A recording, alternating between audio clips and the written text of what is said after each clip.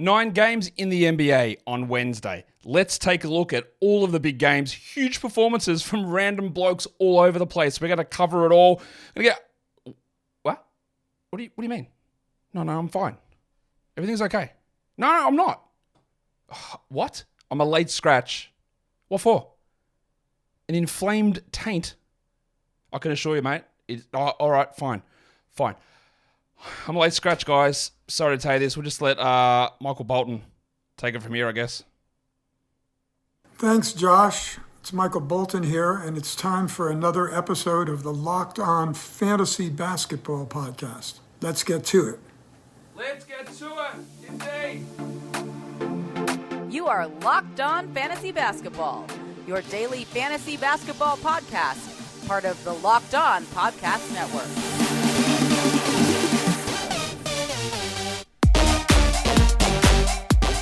Hello and welcome to the Locked On Fantasy Basketball Podcast, brought to you by Basketball Monster. My name is Josh Lloyd, and I guess my gooch is fine. I'm also the lead fantasy analyst at basketballmonster.com, and you can find me on Twitter, as always, at redrock_bball, on TikTok at redrock_bball, and on Instagram at Locked On Fantasy Basketball. Today's episode is brought to you by GameTime. Download the GameTime app, create an account, and use the code LOCKEDONNBA for $20 off your first purchase. Thank you also for making Locked On Fantasy Basketball your first listen every day. We are free and late scratched on all platforms. Thumb it up, double bang, leave your reviews, leave your comments, leave your subscriptions, and we're good to crack in. Thankfully, a lot of people, some of you watching this show, are not playing fantasy anymore for the rest of this season because this is the nonsense period. This is why I tell you, do not play fantasy at this point of the year, because you might have thought it was bad 2 weeks ago, but it is way worse. Significantly worse. Dreadfully worse at this point of the year. It happens every single season. I don't say to finish 3 weeks before the end of the regular season because I just like hearing my voice. I do like it a little bit, but not for that reason. I say it because I've done this stuff every single year, and this is the reason why. Yeah, there was some annoying stuff with some Portland things. There was Lowry Markkanen. And now where are we? There's garbage going on all over the place. Just ridiculous things from ridiculous franchises making ridiculous moves all over the shop. We had 9 games. We'll talk about them. We'll talk about the news that we need to cover off as well. So let's just start by doing that. Kawhi Leonard is out the first game of the back-to-back. I said that he'd be a little bit worried if he was going to miss that first one because the second game of the back-to-back is against the Jazz, and I don't really think he needs to play in that one. So that means that the knee is actually giving him some problems. I would guess that Kawhi sits both Thursday and Friday now, although we don't have an update on that. The Nuggets did upgrade Jamal Murray to questionable. And by upgrade, I mean they listed him questionable again because they list him questionable every game and then he doesn't play. I don't think that he plays, but he is questionable. Shaedon Sharpe, we got an update from Chauncey Billups, which was the biggest non-update I've ever heard. In fact, that update makes me think that he's not returning. It's like, oh yeah, we're going to push him through, see if he can handle. There's no way. Come on, like that the ridiculous nature, and they weren't even a bad offender today, Portland. The way that they've handled injury reports all season, especially these last couple of months, have been insane. I don't think that Shaedon is returning. Maybe he is, but honestly, that report makes me suggest that he isn't. Josh Hart popped up on the injury report with a questionable tag. That was a little bit out of the blue, so pay attention to that. If he is out, Jesus, what are they going to do? They'd probably have to go back to starting Precious Achiuwa, which bumps up Achiuwa's value, bumps up Hartenstein's value, bumps up Robinson's minutes a little bit, maybe a little bit of Bojan in there as well. And Marvin Bagley, they said he's week to week. Bro, there are 10 days left in the season. So he's either out for a week or he's done. Week to week. What is this nonsense? He's done. He's not coming back. Week to week, they said. Through tightly held smirks. The waiver wire. Who's trending? Who's up? Who's down? Who's added? Who's dropped? Let's see if any of this stuff is worth taking information away from. The most added player was the Duck, Luke Kennard. Hey, that worked out not well. But that is the Memphis Grizzlies. The second most added player, and honestly, I fell for this too. Trendon Watford. Just didn't play. That's not true. He sort of played, but he also didn't play. After leading the team in minutes for 2 straight games, barely was on the court, so it was an ad that made sense, but of course it didn't work. Brandon Clark, yeah, I think we've just got to add Clark everywhere at this point. He looks really strong even though the minutes are low. Delano Banton up 11%. Surprised it took that long for people to be adding here. Jalen Suggs up 8%. He's been really good in the last one. Ooh, that one burnt you, didn't it? Santi Aldama up 8%. Well, at least Trendon Watford played. Who are the most dropped players? Marvin Bagley, yes. Season is over. He's down 34%. Walker Kessler down 16%. We don't know whether he's playing on Friday or not. I don't think he will. And they've got 2 games, low volume days. A high volume day. So, yeah, if you want to move on, do it. Keon Ellis down 9%. Yeah, look, you're supposed to bring your steals, and if he doesn't bring them in big bunches, then what are you doing? He wasn't very good last game. I know this. Drop him. It's cool. Stream him back in if you need to. All good as well. Vasa Micic down 9%. I would look if Vasa is available next game. I would add him back, but that's a right move to move on. Mo Bamba down 9%. Absolutely total jack-off material. Get that garbage out of here. And Reggie Jackson down 8%. Totally reasonable as well. Murray might sit the next game. Not like Jackson has been good. But if we hear that Murray is out, then you can re-add Reggie Jackson. He's not someone you just have to hold on to and hope that everything comes up Reggie, because it most likely won't. Okay, we have got games to talk about. Let's do it. 9 of them. First one, Portland. The Charlotte Hornets. The Hornets, injury shenaniganized, and it was not even like a top 3 injury issue, reporting issue of the day. That's how ridiculous this day was. We had the Hornets with Vasa Micic out. They started Davis Bertans. Miles Bridges was out, so they started JT Thor in his place. Yesterday, they put Grant Williams and Brandon Miller on the injury report as questionable. They both were upgraded to probable and played, but then Nick Richards, who wasn't on the injury report at all yesterday, well, he was out. It was a little curious to me that he wasn't on the injury report because he had a plantar fascia strain, which often keeps guys out for weeks. I thought his season might be over, and they said, oh, well, he's not on the injury report. All right, cool. It's good to go then. No, absolutely not. Move on, drop. If he's going to be out these 2 in a row, and we know how this team reports injuries, like, that's fine. Like, you can deal with that and move on, I think. But again, how can I have any level of confidence in what this team is going to do? Like, how? How could I have any level? Will they win? 89-86. Is it not a quarter left? No, that's final score. 89-86. Ayton playing 37 minutes, the snowman. Couldn't shovel his way to a free throw, but he did have 24 and 16. He had 55% shooting on 22 attempts, and he's playing a lot. Now, again, his game is incredibly limited at the moment, but he's out there. And Jabari Walker played 42 minutes. Now, Walker is an add if. If we knew that the Ides of March legend, Jeremy Grant, and shout out to Mike Richmond, Locked on Blazers host, who tweeted this out to Blazers fans, mainly because that's who follows him. You know we've been covering this for a long time. But Jeremy Grant has not played a single game in April since 2021. This is 3 years in a row. The luck that this man gets is just, how many black cats did he throw under ladders into broken mirrors? It must be ridiculous. The luck that this man has had, wow, just shocking. Some point it's going to turn for him, I'm sure. So if we knew that Grant was going to be out instead of a doubtful tag for 3 weeks from this absolute pissant franchise, then we'd feel more confident in Walker. Now, I don't think that Grant is returning. I don't think that Simons is returning. I don't think that Thibault is returning, but I also don't know. So yeah, I'm okay with adding Walker. And finally, we got a good one from Scooter. Sterling had 22 points. He had 10 assists. He shot 56%. Of course, we can't have everything being good. He missed both of his free throws, but this is a good thing. And then I did say this on one of the shows. I said, just get ready for the game where Delano banned full Karis LeVert, and he did. He shot 38 from the field. He went 1 of 2 from the line, but still 12, 2, and 3 with 2 steals. That's enough, and you roster him. Rupert and Murray are starting. They're playing good minutes. They're doing nothing with them. That's fine. They're not good enough players to be paying much attention to here. For the Hornets, Bertans played 27 minutes. Someone asked me on the pregame show today, hey, who were some good steal streamers? And in the projections, look, Bertans came out and went, Davis Bertans is coming up as a good steals guy, I guess. He had 4. All right. Didn't think you'd get 4, but there you go. 7 points, 1 3, 4 assists, 4 steals. Imagine streaming Davis Bertans and getting 4 assists and 4 steals. That's luck, man. The God of Hammers, JT Thor, had 9 and 5 with a block. Brandon Miller was big volume, 20 shots, 21 points. Not a lot else going on there. 2 rebounds and 1 assist. The 2 steals are nice. I think he will get some time off down the stretch here, but who knows. And then Trey Mann, whose minutes had been reduced down to 25, bumped back up to 35 with 11 and 3 with 3 steals on 36% because Micic was out. Do you hold Mann through this? I just don't know what the story is here with Micic. How fake, real is this injury, this shoulder issue? I just don't know. So, yeah, I would hold Mann for now. And the same I'd probably do with Grant Williams, who had 5 points on 6 shots, but had 11 assists out of nowhere. I don't know what I take out of this. Leaky Black had 2 blocks. Pokuševski chopped in 3, but his minutes didn't change. He played 21. Just a complete foolish exhibition of nonsenseness between those 2 teams, and they were very, very far from being the worst things that happened on this day.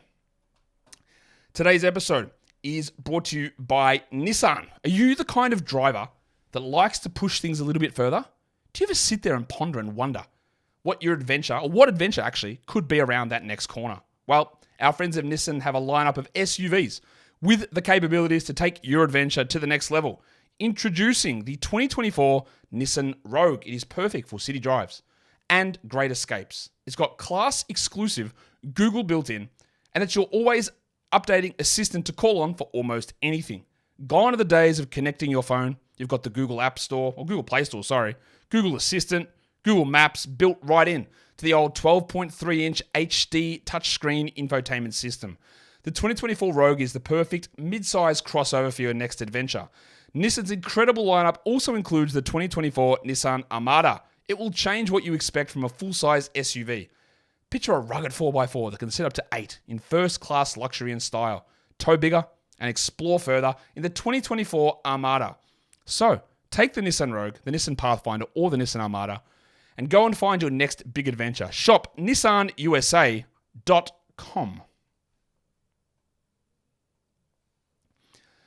Okay, game 1 done.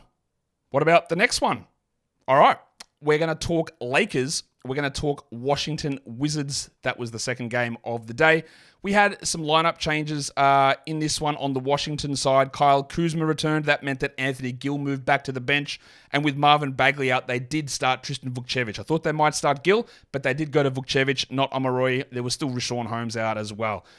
But the Lakers, they didn't sit any of their guys. They needed LeBron and AD to beat both the Raptors and the Wizards, apparently, and that's what they did. They got the win. 125-120, the final score. They took their starters out and the Wizards came back.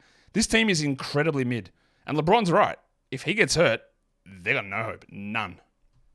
Davis had 35 and 18, 2 steals and 3 blocks, and 15 of 15 from the line. He has been absolutely ridiculous all season. LeBron, 25, 7 and 9 with 3 steals. Remember after game 1 when Pockets came out and said, yeah, look, that's our plan, man. We're just going to play LeBron 30 minutes a night. What are you actually talking about? Because they pulled him off. Giggity. They benched him in that first game down the stretch because he hit his minutes limit. Lasted 1 game. Austin Reeves had 16, 4 and 4. Russell had 18, 3 and 2. And Hachimura had a nice 19 and 7. He had a block. And honestly, you know me. I'm a Rui Hachimura hater. I know this. He's been much, much better the last 2 months or so. Still unreliable, but with Vanderbilt likely out for the season, or at least the regular season. No, he's not coming back in the regular season. Rui's got good numbers. Good shooting here. People are still holding Spencer Dinwiddie. I hope to God that those teams are eliminated. Get that garbage out of here. He had 4 points in 19 minutes, while Vincent had 14. Let's talk Wizards, because the big story is Vukcevic. Now, you look at this and go, well, he only played 21 minutes, Josh. That's true. He had 3 fouls in, I think, the first quarter and a bit, and that did limit him. Of course, his coach sort of fouled him out. He ended up with 5 fouls. It was close. 15 points, 3 threes, and a block. The problem I have here is I don't know that Rashawn Holmes is going to be out next game. I think he will be. And I don't know what old mate Brian Keefe will do. Will he add Rashawn Holmes, who is undoubtedly a better player currently, but is 30 years of age and not a part of this team's future whatsoever? Or will he see what Vooch can do? Let's find out. I added Vukcevic in my Roto League. I sat him today. We'll see what happens, whether I use him. Kuzma returned, 17 and 12. 1 of 1 from the line. That's just a Kuzma line. While Kispert played 35 minutes and continues to just be annoying, 17 points with 3 threes. Denny Avdia played 22 first half minutes. That's out of a total of 24. They said, you're playing every minute, my guy. And then at halftime, he had a migraine. Now, I don't know if I'm here for conspiracy theories at all. Maybe I am a little bit. But it seems a lot to play someone every minute of the first half and then say, just pull up stumps, mate, you're done. Seems a lot. I don't know. He had 7 points. He struggled. I don't know whether this migraine will be an ongoing thing. I did see something maybe that he got hit in the head and did that trigger a migraine? If so, if that happened, maybe I'm imagining that. If that happened, then he is not returning. That's season over for him, because that'll be like a concussion protocol. No point. He's missed a few games with migraines already this season. If that's actually true, I think he's done. But I don't know. So they dusted off Bubbles too. Justin Champagny. 13 and 7, 3 threes and a steal. We've already got ample evidence of Champagny starting and being a useful 12-team league guy. Now, I'm not going to rush to go and grab my Bubbles too, but I'm watching it.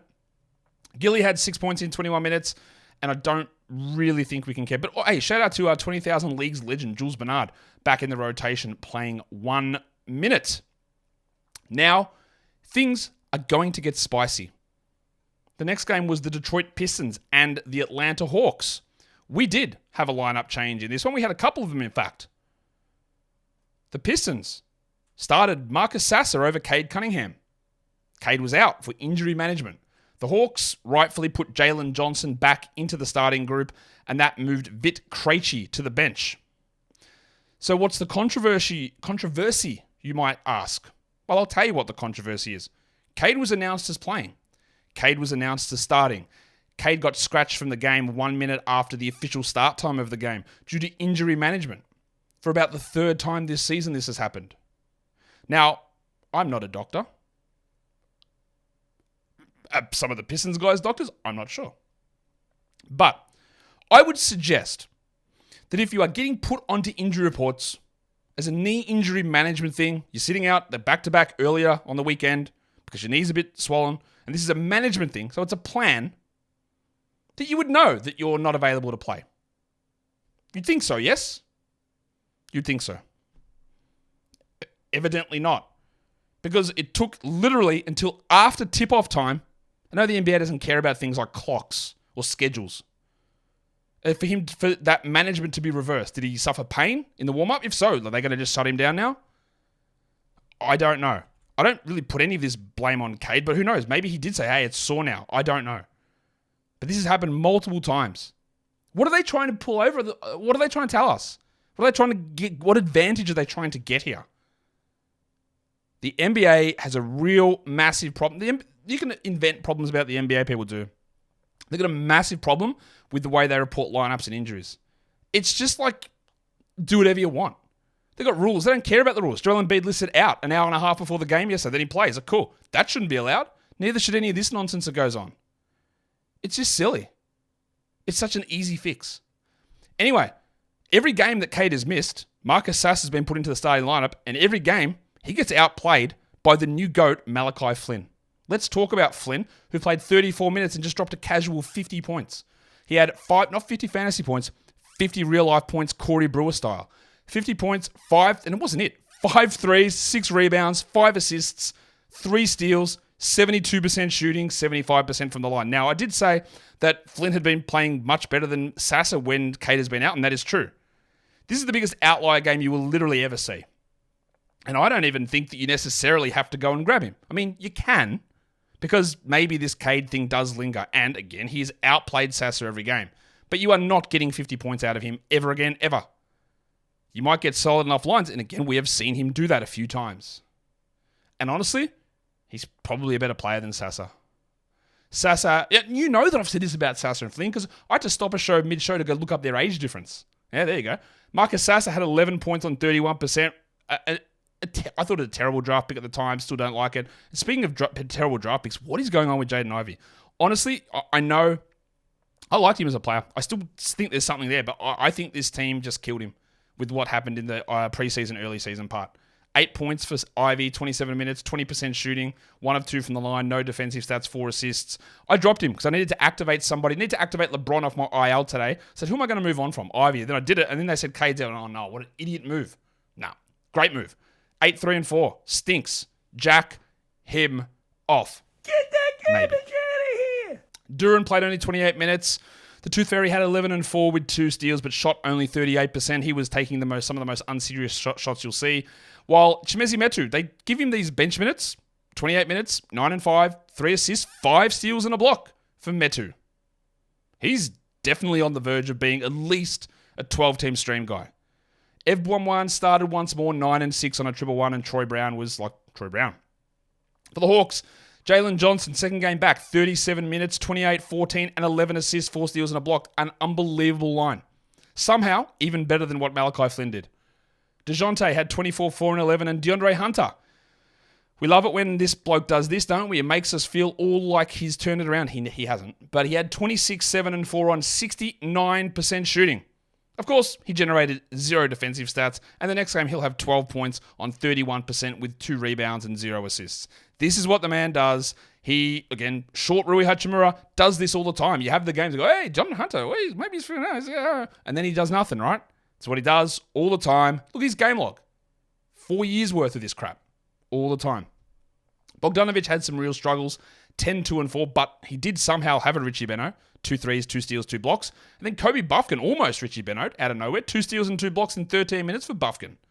Don't think we need to add him at this point, but that's interesting. Well, Krejci becomes interesting because there's 2 more quality games left for Atlanta. He had 4, 0, and 1 in 20 minutes. Again, we talked about that game that he had yesterday, that it was looking bleak because the minutes came down, and that was going to be his best performance. Yeah. Get that garbage out of here. If you want to move on, you can move on now, because I don't think it's going to get significantly better here for him. This show, I feel like, is going to go a long time. So strap in. Today's episode is brought to you by the GameTime app. GameTime is the fast and the easy way to get tickets for sports, music, comedy, theater events near you. You've got killer last minute deals. You've got all-in pricing.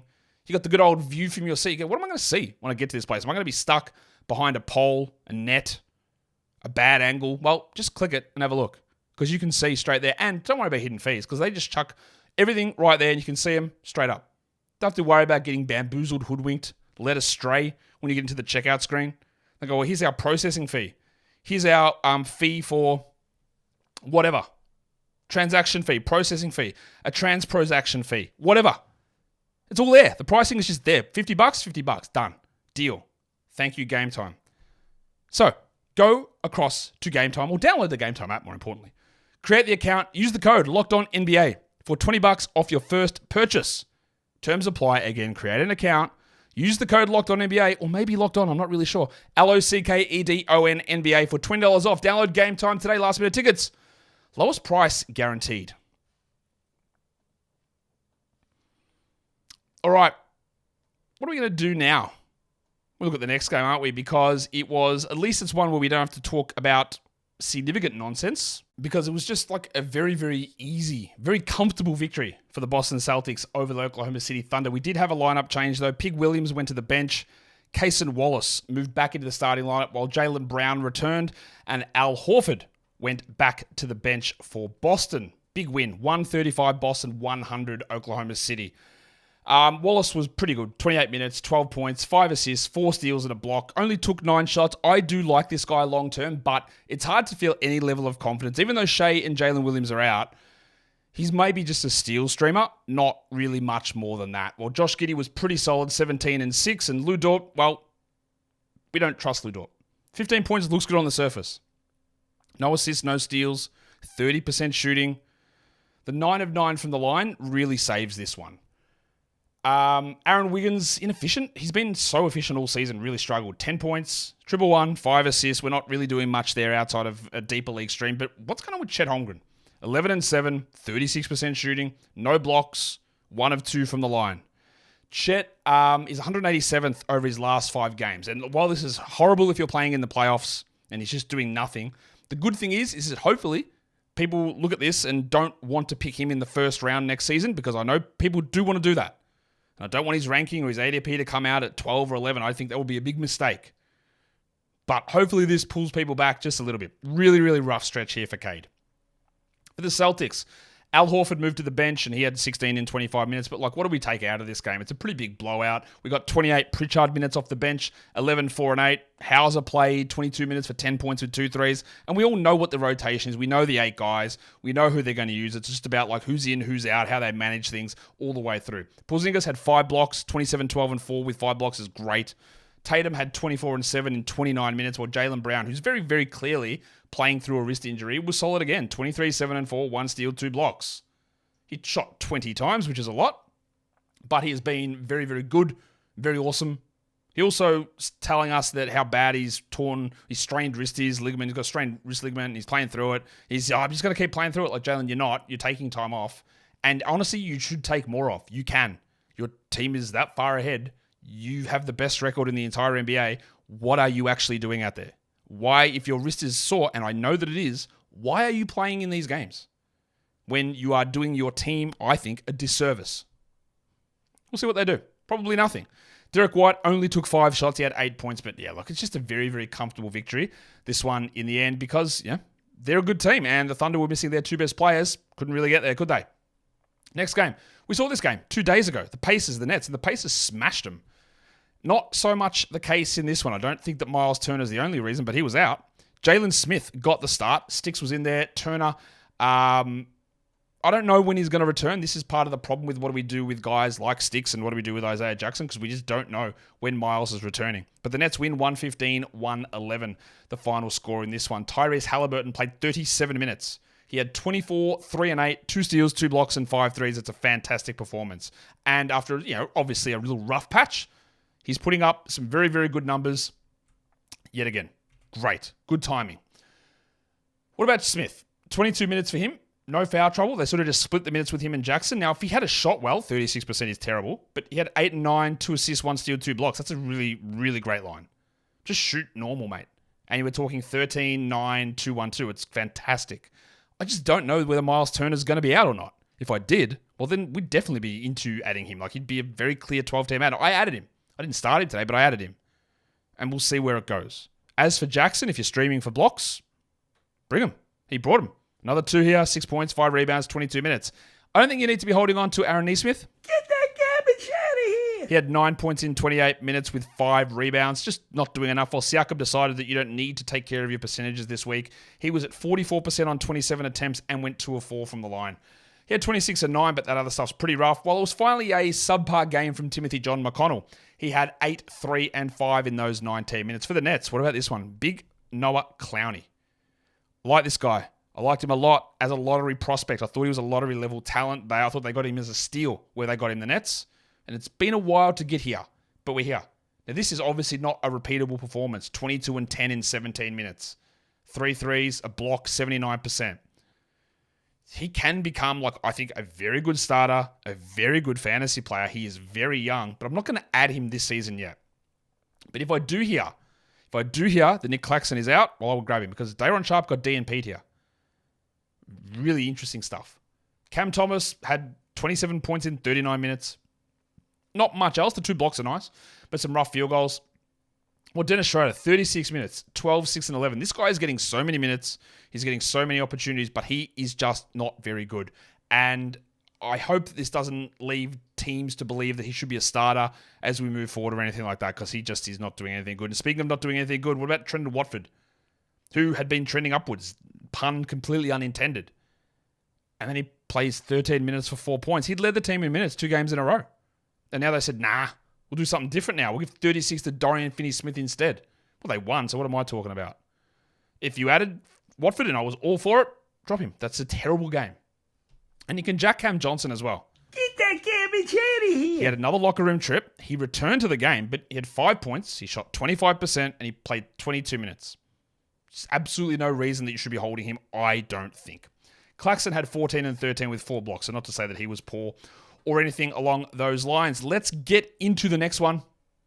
We're talking Orlando Magic and the New Orleans Pelicans. The Magic win at 117-108. Franz Wagner and Mo Wagner. So the Wagners. 24, 2 and 5 for Franz. 18 points in 15 minutes for Mo. That's great and all, but we can't really rely upon Mo to do that.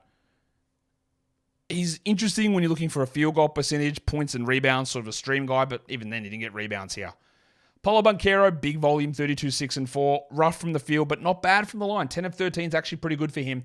And Wendell Carter only got the 24 minutes, but ended with 14 and 11 with 3 threes. Suggs got beat up a little bit in this one, but he still had 30 minutes. Just the numbers weren't there. 7 and 4. 50% shooting, missed both of his free throws. Just not a good game after putting together some really, really big performances. I would hold him. While Gary Harris, 0 points, 30 minutes. Cool. John Isaac did, I think, what you need him to do, 1-1. Steal, block, 3. If you have John Isaac for anything other than defensive stats, I think you're probably approaching that incorrectly. He played 22 minutes, which is what you needed there. And Cole Anthony had 6 assists with 2 steals. For the Pelicans, let's get this out of the way. Daniels, Murphy, and Jones were all ejected with 7 seconds left in the game. I don't think there's any worry about suspensions or anything like that. But the big things were Zion Williamson got an injury. It's to his finger. He went to the locker room. He returned. He played. But then he sat out like the last 8 minutes of the game or something. He ended up with just 29 minutes, 15, 2 and 5, 2 steals and a block. It doesn't sound great, what they said. Like, there's like, oh yeah, he's going to get it reevaluated. He didn't want to say too much about it, but he added that they were getting it looked at tomorrow morning. Didn't want to say too much. Why? Is it wrecked? I'm a little worried. Hopefully it's nothing too bad. Larry Nance also went to the locker room, returned to the bench, but never got back in the game and played only 13 minutes. You would think that both of those scenarios would enable Jonas Valanciunas to have a good game. You'd be wrong. He played 19 minutes and had 11 and 6, and they just don't want to use him. The fact that this team just has said, we don't want to use this guy, but we're never giving you another center to try instead, is pretty bad team building, I would say. McCollum was inefficient, but he just did a lot. 13. No, he didn't. 13. What am I talking about? 36 points, 10 rebounds, 5 triples, 4 assists, 2 steals on 42%. The 11 of 11 from the line is a killer number. Speaking of killers, Dyson Daniels. What's this? 16 points, 4 threes, 3 assists, 2 steals. He's on the radar for us as a steal streamer, but adding in some scoring is a very interesting wrinkle here from Dyson. Let's just pay a little bit of attention to this. Maybe we add, but probably don't. While Ingram and Alvarado are out, there is an opportunity here, though. While Murphy had 14 and 7, and I don't think you could have a worse game than Herb Jones had. Honestly, for a guy playing 41 minutes, he had 6 points, 0 rebounds, 1 assist, 1 steal. That is as empty as it gets. You still persist, obviously, I would hope, obviously, with Herbalife Jones. Okay, let's go to the next one. Honestly, there's Toronto, Minnesota. We had some lineup changes here in this one. We absolutely did. Because the Raptors decided that starting some bloke by the name of Malik Williams would work. Kelly Olynyk was resting. The Wolves rested Mike Conley, and they started Nickeil Alexander-Walker in his spot. But that wasn't all that Toronto did. No. We had some other moves that they decided that they were going to make. And they started Jalen McDaniels over the resting RJ Barrett. And then 50-year-old Garrett Temple started over Bruce Brown. Again, of course they did. Why wouldn't they? Yeah. Didn't lead to particularly strong results unless you were looking for a loss, which they were. They lost by 50 points, 133-85. And then last minute, Gary Trent, who sat yesterday, first game of back-to-back, he's totally fine. It's just a rest thing. He's totally good. What are you talking about? Everything's fine. He's good to go. He sat out with late back spasms. And honestly, not even in the top 3 worst injury reporting issues of the day. So Trent was a late scratch. They had 8 guys. So when you look at everyone's minutes, what are you going to take out of this? They are all over the shop because they just didn't have any players. So that's a problem, isn't it? We got Javon Freeman-Liberty, 27 minutes, 16, 5 and 6 with a steal off the bench. Jordan Nwora, we said if he gets 30 minutes, we're in. Well, he got 30. He had 14, 13, and 5. But is that repeatable? What happens when Olynyk and Brown and Trent and Barrett play? I don't know how to trust this. We got 37 Jalen McDaniels minutes. He had 13, 8, and 4. Old man Garrett Temple had 7 points. He's been a bad fantasy player forever. I'm not really sure if we expected anything to change. Well, Malik Williams, their starting center, missed all 7 of his shots. He went scoreless as a center. He had 0 points. He had 5 rebounds, 1 steal, and 2 blocks. While Mohamedou Gay played only 19 minutes, but had 3 points with 3 blocks and 6 rebounds. I thought they'd do a little bit more with Gay, but they didn't. Now, if you're on ESPN, maybe this is the case on Yahoo as well. I haven't checked. Someone just told me about ESPN. If you go to add Gay, be careful that you get the right Gay, because there's nothing wrong with, I don't even know what I was going to say there. Because you'll look and you go, M Gay? Of course, that's who I want. I want to stream in some blocks. But you'd be looking at the Atlanta Mohamed Gay, because that's Mohamed Gay. This is Mohamedou Gay for Toronto, who's not in this system. He's only been on this team for about 2 months. Got to cut him some slack. They've got other stuff to do. So if you are doing that, just make sure you're adding the right name that looks like Mohamed Gay, because this is not Mohamed Gay. This is Mohamedou Gay. And I don't know if he's going to be available for you. We got 34 minutes of Dick. 16 and 8 with 1 steal for grade A. Still not quite convinced. If you want to stream him in for points, try it. But again, all of this is up in the air because we don't know about Olynyk or Brown or Trent or Barrett. Are they going to play in the next one? I don't know. And that changes so many things about this team. You just sort of got to be on top of it and go, well, how do we stream guys in? Who's available? What do we do? By the way, Kobe Simmons not on a 10-day anymore. He was done.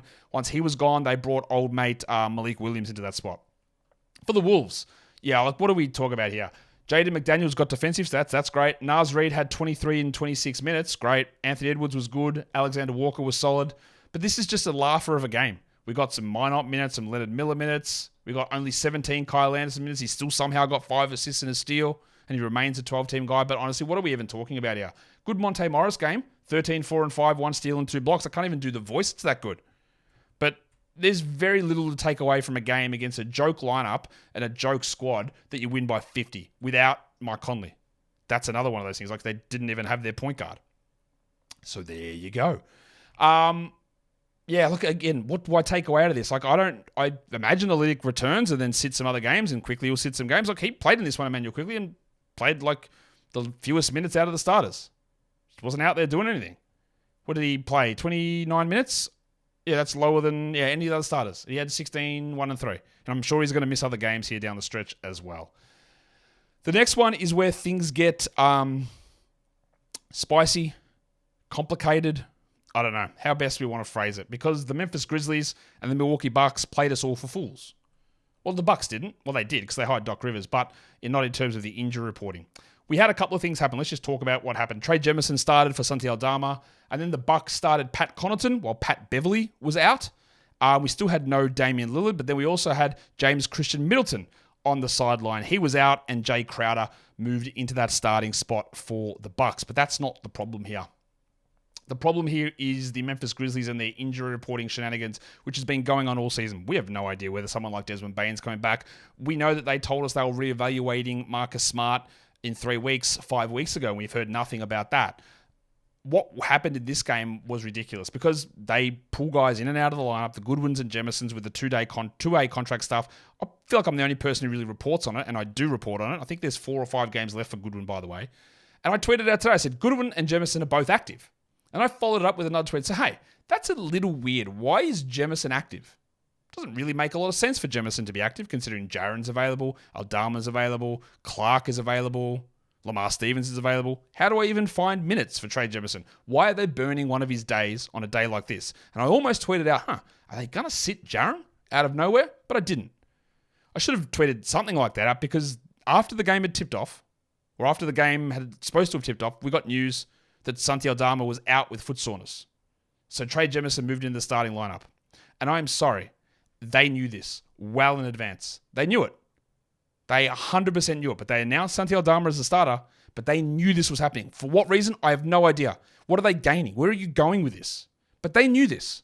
They 100% knew that something was up with Aldama. They knew it. There is no other reason why Jemison was listed active. They knew this, and that is absolute tanking. Not even tanking, because they won. It's just tomfoolery for the sake of tomfoolery. They have been, in the past, one of the worst injury reporting teams, and they saw Charlotte doing their stuff, and they said, right, we've got to get back in the mix here, because that was horrid. And I don't even care, because I don't have Trey Jemison, I don't have Santi Aldama, but I do it, I speak up for the little man. No, I do it because it's ridiculous. The NBA wants to get this stuff in order. They've got to pull this stuff in. It's garbage. It's easily fixable as well. Jaren was ridiculous. 37 minutes, 35 points, 4 assists, 3 steals, a block, elite percentages. What is going on? He's pulling out big games. How many more is he going to play? I just don't know. Well, Jordan Goodwin came off the bench and played more minutes than Scottie Pippen. Cool. Pippen had 6 points in 19 minutes. You can jack him. But Goodwin off the bench had 13, 12, and 7 in 29 minutes, 60% shooting. That's a great game. But he's not able to play every game. He's coming off the bench. How do I trust it? Because Luke Kennard was awesome last game, and then he had 3 points in 27 minutes with 4 assists. Also great, but not. So, like, if you added Luke Kennard, it made sense. But what is this? And then back-to-back coming up. Brandon Clark, I think you got to add him. And I don't really think it matters whether Jaren is in or out or Aldama's in or out. Like, 14 and 7 with 3 assists and 2 blocks on 70% shooting is a 12-team guy. Really impressive how he's been since he returned. Well, GG Jackson had 15 and 12 in 37 minutes. And, yeah, what else? Not much. Lamar Stevens had 9 points. But, yeah, like nothing will happen. Absolutely nothing will happen with it. But there needs to be an investigation in that. I'll investigate. I'll tell you right now. They knew that Aldama was out. As simple as that. For the Bucks, Apple a Day legends lost consecutive games to the Wizards and the Grizzlies. Bobby Portis had 19 and 7 with 2 blocks. Brook Lopez, after months of doing nothing, had 25 and 10. He played 38 minutes. He had 5 dribbles. He didn't block a shot, and they still couldn't beat the Grizzlies. Brook had been, like, poor. Really poor. He'd been getting by and getting blocks, and then he pops this out. Giannis was really inefficient, 44% shooting. He had 21, 7, and 8 with 5 blocks, though, while Connaughton only had 6 points and shot 17% starting at point guard because Doc Rivers hates anybody who's a rookie. Hates him. Connaughton did have 8 assists with two steals, so that's solid enough, but I'm not interested really in streaming him in. But we also just don't know when Lillard's going to return. We know that Middleton will play next game and Beverly probably will. But we just don't know on Lillard. Leaky Beasley, 38 minutes, 10 points, 3 threes. This is what he does. He has hot streaks, he has cold streaks. He's in the middle of one, like jack him. Like, that's cool. But he could pop off really at any point. And that's the frustrating thing with Malik Beasley. It's like, you've got him for points and threes, but they come in the worst sort of batches that it's very, very hard to have any level of trust on that stuff. Let's do the final game of the night. I do have to bang out of here really, really quickly. Baseball training for the new season starting up here, and training is happening really in about 15 minutes, honestly. So I've got to get this out and up and recorded, ready to go. The final game of the day was the Cavs and the Suns. Pretty much non-eventful. Big blowout win for the Suns. Don Mitchell returned. Then Karis LeVert went to the bench. Then Grayson Allen was dealing with a hip problem. So the Basmati man, Royce O'Neal, stepped into the starting group.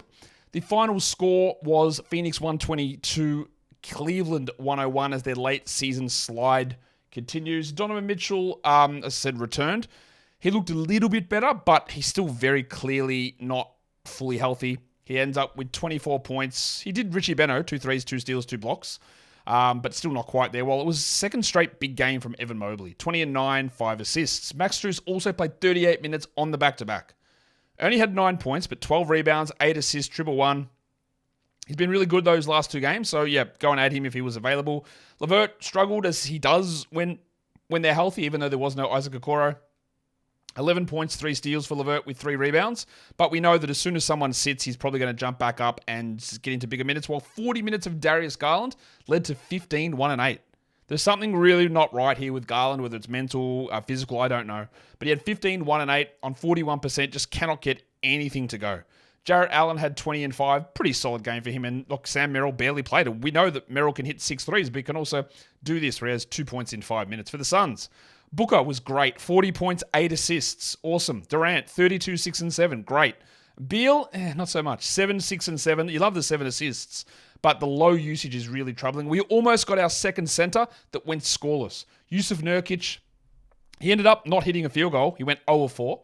He had 2 points, but he did have 10 rebounds, 6 assists, 2 steals, a block, 32 minutes, and hit 2 free throws late to get those points on the board. Now, you hate that offensive production, but the other stuff's pretty good, and Nurkic does still belong on a roster.